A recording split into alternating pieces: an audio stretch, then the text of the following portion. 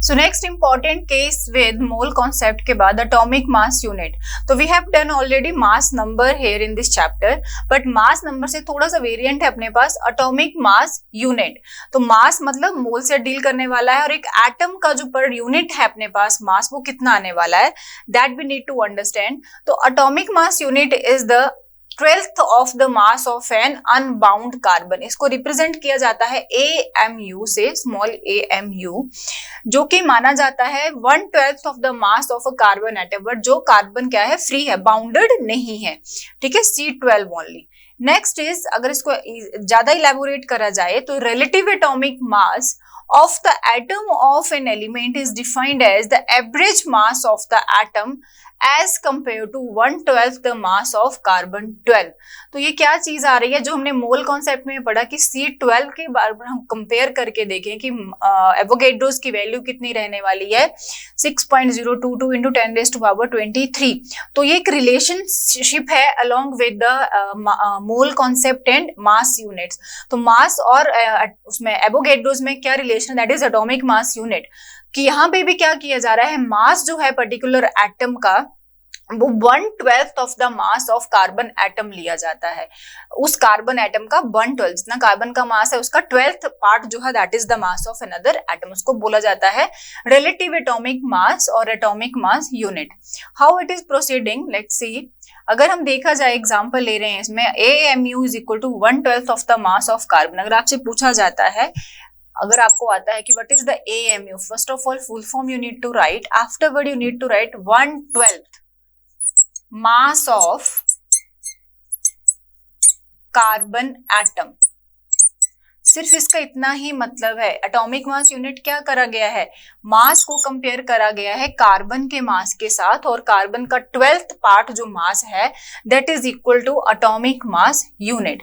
Previously इसको बोला जाता है यूनिफाइड मास यूनिट बोला जाता था, सॉरी एटॉमिक मास यूनिट बोला जाता था. अभी इसको क्या कर दिया गया है, also known as unified atomic mass unit.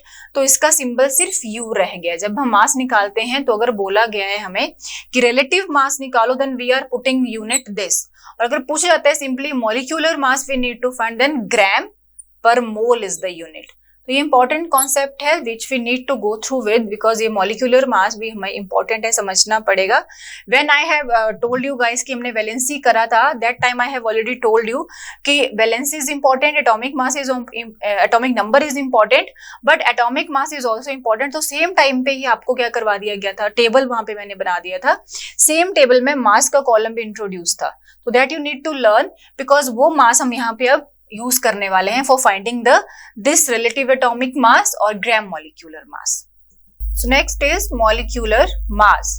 तो in molecular mass we can say here कि है क्या molecular mass, the number equal to the sum of the atomic mass of the atom in a molecule. अभी कोई molecule form हो रहा है, compound form हो रहा है, उसमें जितने भी एटम क्या कर रहे हैं, उसको कंपोज करने में, कंस्टिट्यूट करने में हेल्प कर रहे हैं, उन सब के मास को कंबाइन करके जो हमारे पास नंबर आएगा दैट इज मॉलिक्यूलर मास.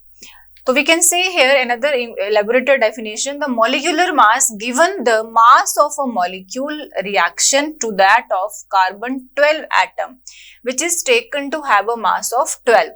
तो जैसे भी किसी मॉलिक्यूलर मास को हम निकालेंगे, तो जैसे किसी एटम ऑफ कार्बन का मास 12 है, तो हम उसको 12 लेके ही मास क्या करने वाले हैं, प्रोसीड करने वाले हैं. तो इस मास को हम निकालने के लिए we need to proceed with examples. तो if we can say examples की बात अगर करी जाए तो एग्जाम्पल लिया गया है सबसे पहले C2H6.